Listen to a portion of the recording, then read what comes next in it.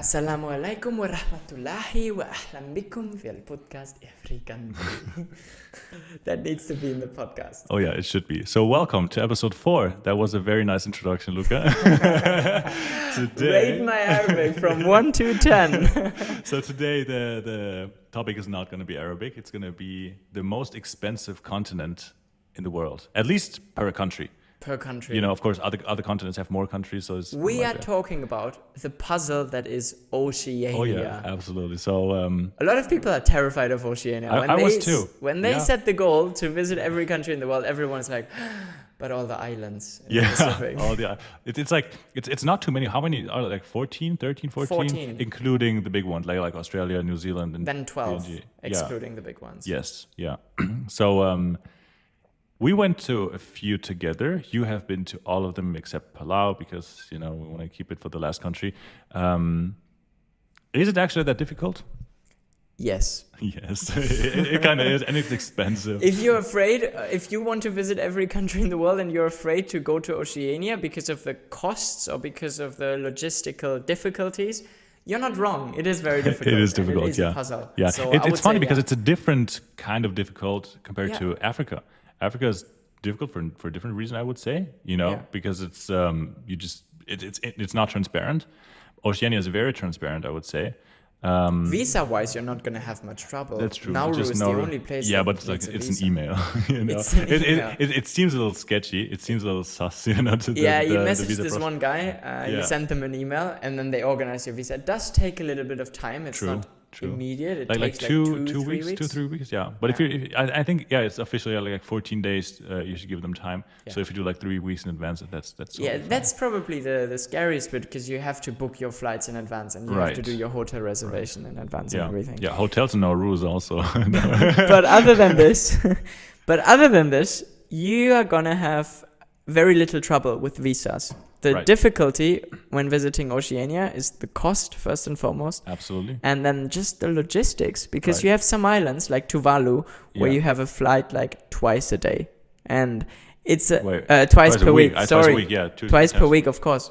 Twice per day would be luxury for any island in Oceania, for that sake. Yeah. No, but you have very remote countries where you can only reach through very remote countries. Right. Like, for example, Tuvalu, you can only go from Fiji. Mm-hmm. And it's not even Nandi Airport, it's Suva Airport. So you have to calculate everything, and it's going to cost you a lot. Exactly. So of course you can go to all the countries without much planning. I think the challenge is to do it as efficiently as possible without going back to Brisbane or whatever or Auckland all the time.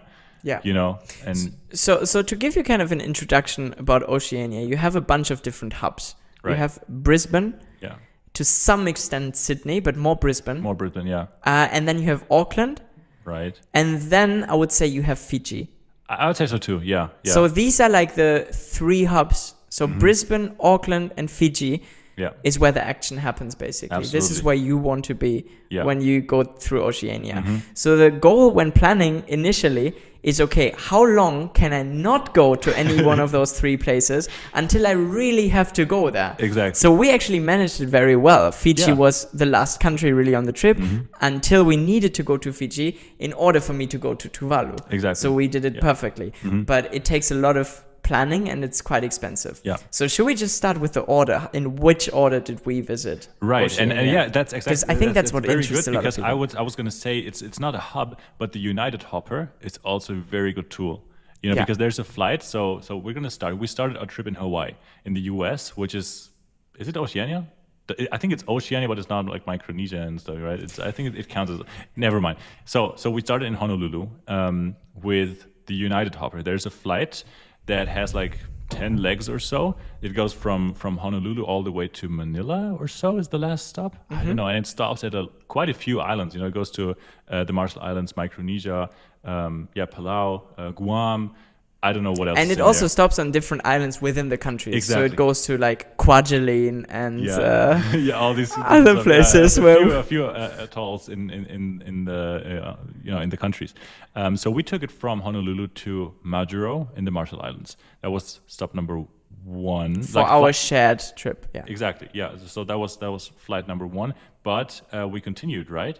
Yeah. Maju was only stop number 2, so we went to Pohnpei, whatever is that how you pronounce it? I'm Pohnpei, not sure. Pohnpei, yeah. So that was like 4 flights in a day.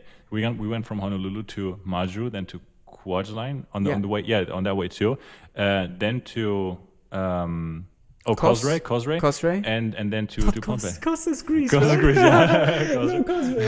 I remember Mo was traveling with us, Mohammed, so and we he was had like, we had a friend, he's from "Oh, Egypt. we're going to Mykonos. We're going to Kos." No, it's Kosrae. It's Kosrae, Micronesia, not Kos in Mykonos. Because he couldn't remember the name. He couldn't remember Micronesia, so it was like Mykonos. We're going to Mykonos. Yeah, so technically Micronesia was the first stop. Yes, exactly. Then we went back with the same United hopper to the Marshall Islands, spent some time in the Marshall Islands. Then from the Marshall Islands, we took the Nauru hopper, which is also a good tool. So that's also quite a good tool. Yeah. You eventually have to take it if you want to visit Nauru. Do you have to? Is there no other flight to Nauru? I'm not sure. It depends. It depends a bit on the season. And sometimes, so Fiji used to fly there, I'm pretty sure. Like some Fiji Airlines flight. Yeah. But it's not very frequent. So your best bet when you want to visit Nauru is take the Nauru hopper, which is also one of those hoppers. So it goes all the way from Brisbane to a bunch of different places, and then it, I think, ends in Nadi in Fiji. So it goes Nadi to Brisbane is the last leg. Yeah? Yeah, because they're where right does next it to end each other. then? I think it ends in Majuro in the Marshall Islands. I think that's the northernmost stop. Does it just end in Nauru? No. I think I know Nauru is not the last stop because you can take it in both directions. But I think it ends somewhere in the north, so either Marshall Islands or Micronesia. It might go from Marshall Islands to Micronesia. I'm not sure. As you can see, guys, Oceania is confusing, even if you visited every country. But for example, like you have, if you look at the map, so you have United for all the northern islands. So you can go basically to the Marshall Islands, you can go to Micronesia, you can go to Palau, which are, I think, the only independent ones up there, right? Yeah. So then you have the Nauru hopper, which you can use from the we went from the Marshall Islands to Nauru. Exactly. So Nauru is not the last stop. Yeah. So you know that was kind of stupid. so you can use the Nauru hopper for the ones a little further south.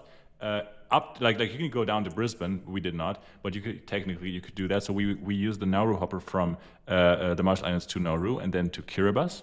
So that's with Nauru Airlines. That's with Nauru Airlines. And Nauru Airlines can be surprisingly affordable if you book it well in advance. Exactly. Yeah. It's not like one of those flights where you're gonna pay like insane amounts if you plan it well. Because that's the next flight. That's the upcoming. How much did we pay with Nauru? I think it was $380 or something. Something like that. $380. Like $300-400. But that was the connection going from the Marshall Islands to Nauru, and then from to Kiribati. Nauru to Kiribati. Yeah. Which was great. It was an amazing deal. Oh yeah, no, absolutely. So we actually found that flight, and then we locked it into our planning. Right. So we found this flight, and then we planned everything else around this flight because it was such a good deal. Yeah. It was like going to Nauru and out of it for like less than $200 per way. Yeah. It was really cheap, and then we ended up in Kiribati. Exactly. That's when we got into trouble because leaving Kiribati isn't easy. It's not easy. You're in the middle of nowhere. It is easy, but it's not cheap. It's easy, but it's not cheap. Exactly. That was actually the most expensive flight that I ever took. I think so too. Like compared to the length, because it was like a 1.5 hour flight or so. Maybe 2 hours. 2. I'm not down sure. Down to Nadi. Yeah, but it wasn't too long. I think like 1.5, 2 hours, something like that. And it was 700. I paid €778 for the flight. That's why we meal service. We went back to the galley, asked for a second meal because we were still hungry, and we were like, we got to make this worth $700 or $800. You know? So we drank wine, and then we got some more wine. We played Angry Birds the whole way on the screen. It was a really nice plane. You have to say the plane and like the whole product, the whole flight was excellent. Fiji Airways is great. Fiji Airways was excellent. It's just really expensive. Yeah. So if you can afford it, great, amazing. You're gonna have an amazing time. Absolutely. But it's very expensive. Yeah, it was nearly €800 for a one-way flight of like 2 hours. It was the single most expensive flight. Yeah. In economy. In economy. We're not talking business. So, we're talking economy. €800 one way. Anyway, so that was in order to leave Kiribati and go to Fiji. Right. So our leg was basically, we started in Hawaii, we went to Micronesia, then we went back to the Marshall Islands. That's all united. Then we went from the Marshall Islands to Nauru with Nauru Airlines. And then from Nauru Airlines, 3 days later, We went with Nauru Airlines. We went to Kiribati, to South Tarawa. Right, that's important to note. Because there's different islands. There's a lot. Like Kiribati is so huge. It's huge. It has 4 different time zones, I think. Yeah. Right? 4 or 5 different time zones. Fun fact, there's like this really weird anomaly where you have like a UTC plus 26. No, 14. UTC plus 14. Oh, plus 14, sorry. That's why there are 26 time zones in total, although we only have... One day has 24 hours, right? But there are 26 time zones in the world because Kiribati wanted to stay like on the Eastern Hemisphere, even though they're for political reasons, even though they're technically on the Western Hemisphere. So they had to add 2 time zones to the East. I think it's even... So they're more than a whole day ahead of the rest of the world. Yes, exactly. So while I think it's even more east than Hawaii. I'm not sure about that, but it might be like same time zone or one further east. So when Kiribati is starting, let's say the 25th or so, Hawaii hasn't even ended the 23rd of a given month. You know, so it's crazy. Like, it's crazy, yeah. Yeah, that's a whole other thing with the international dateline. Because, for example, if you go from American Samoa to Samoa and back, if you buy a round trip for the same day, you have to buy your return trip in the past. Yeah, depending on which way you go. Yeah, depending on which way you go. Because you cross the international dateline and then a whole day is different. So if you go in the morning and you come back in the evening, actually the round trip, like the return trip, is in the past. It's yesterday. It's insane. It's crazy. It's funny. Scrambles but with your mind. all the independent countries are on one side, I think, right? There's no there's no so we just crossed the international dateline once from Hawaii to the Marshall Islands, and then everything was on one day. So at least like as long as you don't go to American Samoa or like what about French Polynesia? Maybe that's on the other side. I'm not it's sure. The same I think it should be the same. So I think Hawaii and American Samoa are the only I think ones. It's just the American. Yeah, because they want to politically be in the same day as the United States, you know. So all the rest said we wanted to be closer to New Zealand and Australia and these kind of places, you know, which makes sense. It's a very political map. It's very interesting. So anyway, we were in Fiji and you flew back. I continued to Tuvalu, which is the least visited country in the world. And it's also one of the toughest places to reach because you can only take a Fiji Airways flight, which cost me another like 800 something euros return, but still that's really expensive. Going to Tuvalu and then back.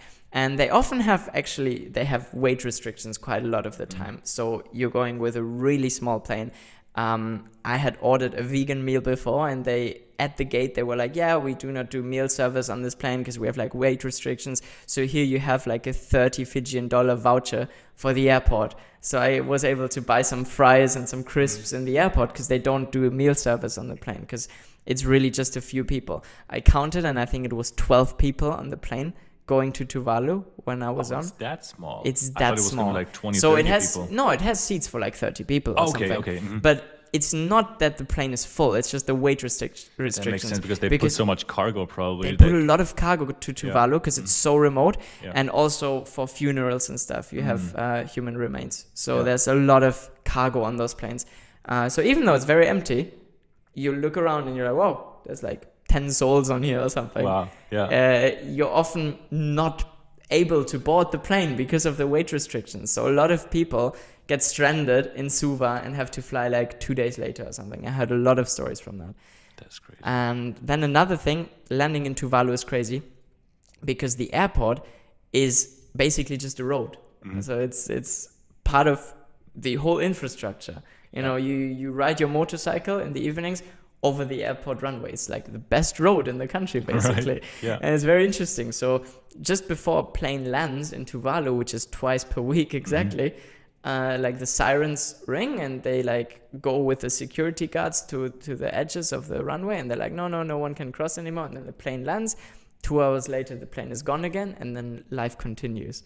It's crazy. It's like an alien abduction type of scenario where 2 times per week. It's I think on Mondays and Thursdays. I think it was 3 times though, but it doesn't matter. I think it's 2 times. But just a few times, a few times per week. You can only do Fiji Airways when you want to go to that country. Yeah, it's like it's a it's monopoly. Your only. That's why it's also really expensive, you know. Yeah. So that's Tuvalu.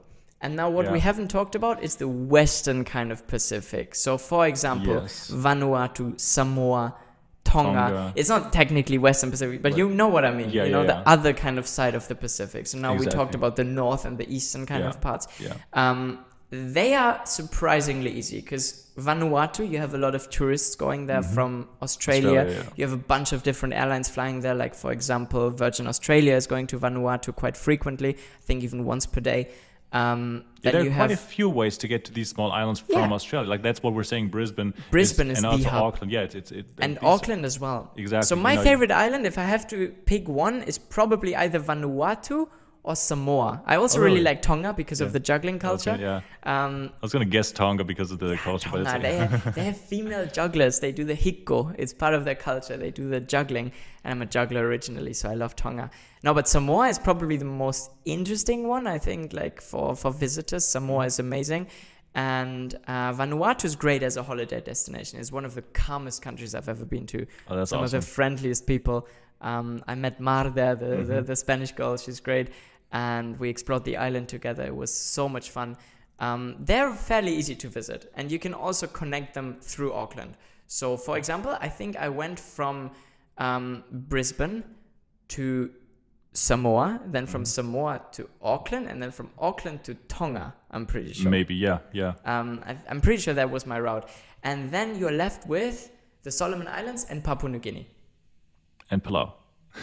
And Palau. Well, okay, Palau I haven't done. No, that's true. Palau that's the United Hopper. Yeah, but also, exactly. But the last two, Solomon Islands and Papua New Guinea, I connected them to Vanuatu. So I first went to Vanuatu, and then with Solomon Airlines, I went from Vanuatu to Honiara in the Solomon Islands. By the way, I really didn't like the Solomon Islands. I've heard everyone just say that. I've never heard someone say any positive things. It's like Papua New Guinea light. It's really like Papua New Guinea is very difficult to visit. It's a tough place. It's not a fun place. And the Solomon Islands, it's like it's chill, it's safe, but it's also not like Vanuatu safe. So it's not a holiday destination, but it's like is it dangerous though, or does it? I don't think so. I don't think so. But you don't feel like particularly safe. Chilling on the beach, Okay. It's very interesting historically. You have a lot of World War II sites. Yeah. So you have this one guy so a lot of people don't know, but during the Second World War, the Japanese were fighting the Americans in the Pacific on those islands quite extremely. Right, yeah. And you have a lot of remains from the Second World War. And there was this one guy on the island who just collected all the rubbish, all the debris basically, and put it into an outside museum in the middle of the forest.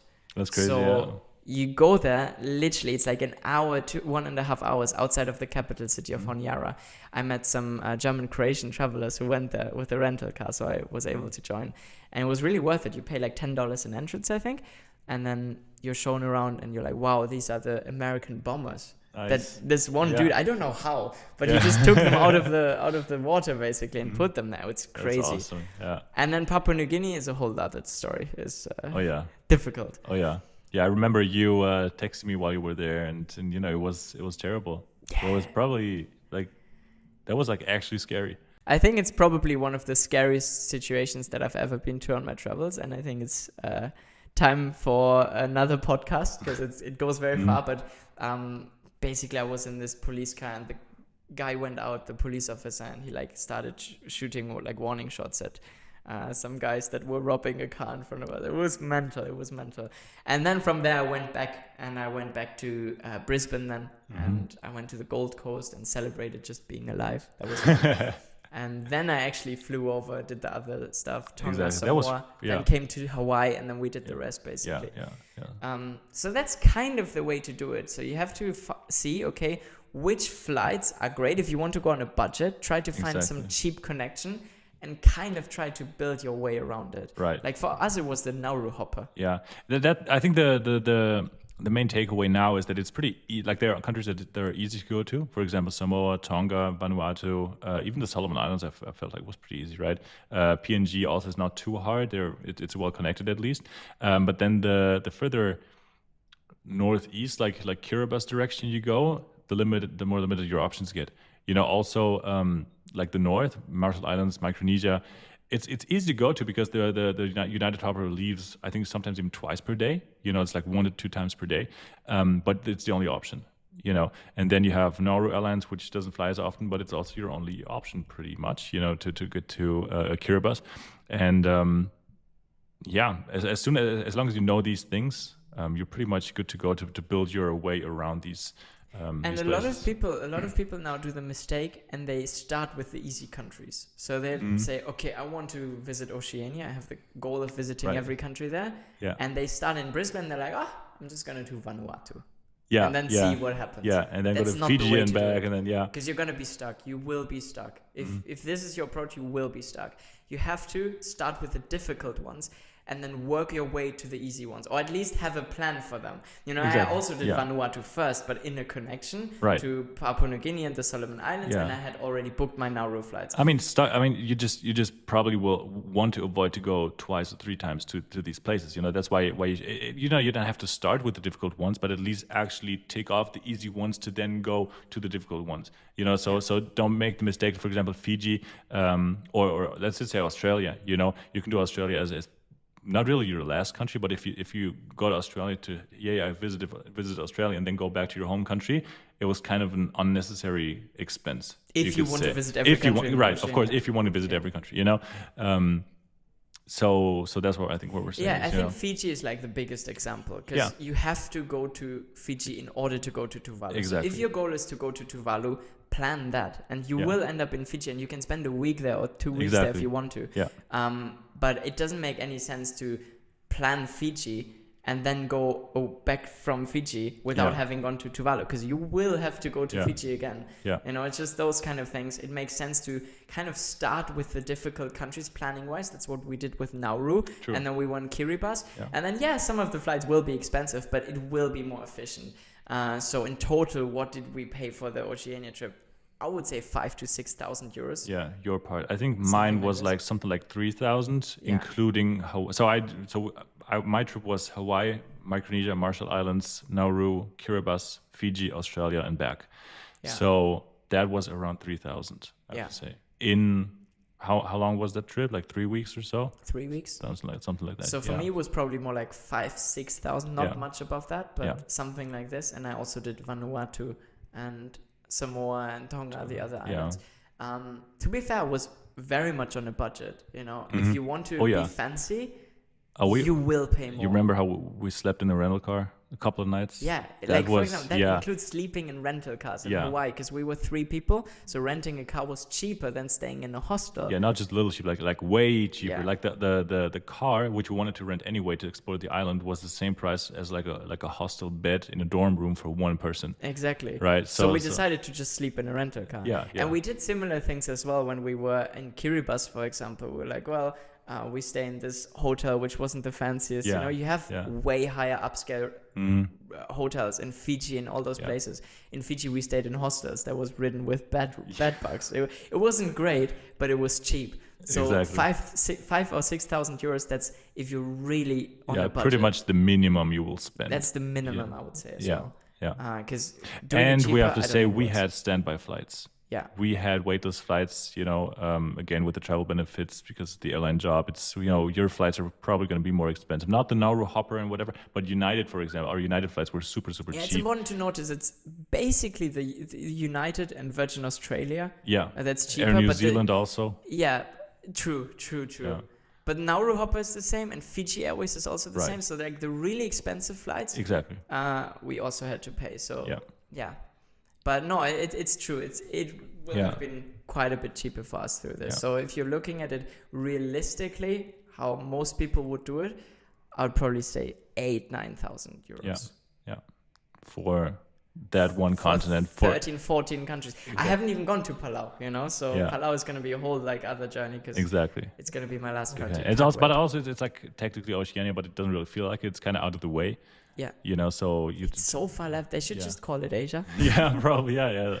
But so that's why I would say it's definitely the most expensive continent if you divide it by the number of countries that you have. Yeah. Of course, like Africa is probably going to be more expensive, but you have 54 countries, I think, in Africa. So, for only 13 countries in Oceania. Someone knows their geography. Well, oh yeah. No, but it's true. In Africa, you can do some trips by land. You can go from South Africa to Botswana to Namibia to Zambia, and it's gonna cost you like $200. It's not very expensive. Yeah. Whereas Oceania, every single country is ridiculously expensive. And another challenge is the food. Honestly, the food in Oceania is I forgot not about that. It was horrible. I was so really. The first thing when I went to Sydney, we did like the whole thing. I arrived in Sydney. First thing I ate was a falafel sandwich. It was so delicious because you only had like rice and fish and chicken and. You have a lot of staples. You have a lot of staples, but basically, people need to understand nothing grows on those islands. Right. You're in the middle of the ocean. Like maybe like 10 square meters of banana. Yeah, but and you have your staples. You have like. Potatoes, you have yams, you have sweet potatoes, those kind of things, those starchy food. That's why all the Samoans are like the strongest people in the world. But nothing else really grows on those islands, and everything needs to be important. Imported. Everything needs to be imported on those islands. So you have either canned food or very sugary food or like crisps, lots of sugar, Yeah, everything's with food or grease. Like everything's so greasy on the island, like the bread. It was terrible. I went to Tuvalu and people were queuing because the weekly sugar portion had arrived in the supermarket. Everyone was queuing for sugar. I was like, guys, this is not The Biggest Loser. This is you should be living a healthier diet. No, it's sad. They do have a lot of health problems on the islands. It's not funny, but they can't really change much either. Exactly. Because they can't grow healthy food. Everything needs to be imported. Right. And everything. But the thing is, like here in the UAE, also nothing grows. Everything has to be imported. But the difference is here you have millions of people living, so it makes sense for companies to actually build a big infrastructure to put things here. On Tuvalu, how many hundreds of people? Thousands? 11,000. 11,000 people are on the island. So it's enough to bring food twice a week for 11,000 people. Yeah. So it doesn't make any sense to build like a big warehouse with fresh things or whatever. I don't want to even say that I don't even want to say that I didn't like any of the food. There's, for example, on Samoa and Tonga you have palu sami, which was amazing, and even on Tuvalu I got actually invited to a funeral. That's a whole other story time. Yeah. But I had some amazing traditional food that was great. But this is only for the ceremonies, right? So I got invited to the funeral and people cook crazy, like it's the event of the month. I can imagine. But in everyday life, people eat like instant noodles. There's starches. They eat lots of crisps. They eat very unhealthy food, and it's not great. If you're there for a week, it's like okay, whatever. I don't think it's special, whatever. We eat unhealthy in the West as well. But then you're there for like 3 months, and you're like, whoa. Yeah, I'm craving some proper veggies and fresh food. That's what was missing, like you of course you can get your variety, there are also proper supermarkets. I remember on the Marshall Islands, there was a big supermarket, but everything's like canned food, and we were on a budget kind of, so we couldn't really, but the budget wasn't really the problem, but for us it was really what was missing was the fresh vegetables, the fresh fruit. That's what you're not going to get too much of. If you don't eat fruits and vegetables anyway, you probably even in don't. Restaurants you won't have much variety. Like you might have a pizza place somewhere, you might have the classic is always just French fries with chicken. Exactly. And then what you always have in all those islands as well is Chinese restaurants. Right? True. Yeah. So you're right on the Marshall Islands. The Marshall Islands Chinese. We went there like every night because there's hardly any other options. Yeah, it was delicious. It was great. Yeah. But it's always the same. Like you always have your Chinese restaurants and then chicken with fries, which isn't great if you're vegetarian. Yeah. So there's not that many options. Exactly. But the special food that they do make for the special occasions is quite amazing. I really like the palusami and the coconut sauce with the taro leaves. Like taro is another one of their staples. That's great. I really like it. But I wouldn't want to eat it every day, so that's a bit of a problem. Yeah. Anyway, I think that's Oceania, yeah. That's Oceania. That's crazy. If you have any questions specifically about Oceania or any other questions, then do leave them below underneath the video. Yeah. But a lot of people always keep asking about Oceania. Yeah, because it's a very different continent from where we all grew up. Most people, world. like we all grew up in a big landmass. Be it America, Europe, Asia, even Africa. We all have like a completely different life compared to the people that grew up on like a tiny island. You can see the other end of the island. It's crazy. It's such a different life, and it was super interesting to visit those places. Yeah. But I'm glad we're back in. I was going to say Europe. We're in Asia. We're in Asia. We're in Dubai. We're in Dubai. No, it's true. It's amazing for a visit, but I would never want to live on those islands. No, because also it's very difficult to access the internet. That's a whole other point. Oh, yeah, we didn't even cover that. Yeah, it's getting better with Starlink, but Starlink is the big thing. Starlink is a really big thing down there. Yeah, Starlink is huge because everyone is now getting Starlink and finally connecting to the outside world. Yeah, exactly.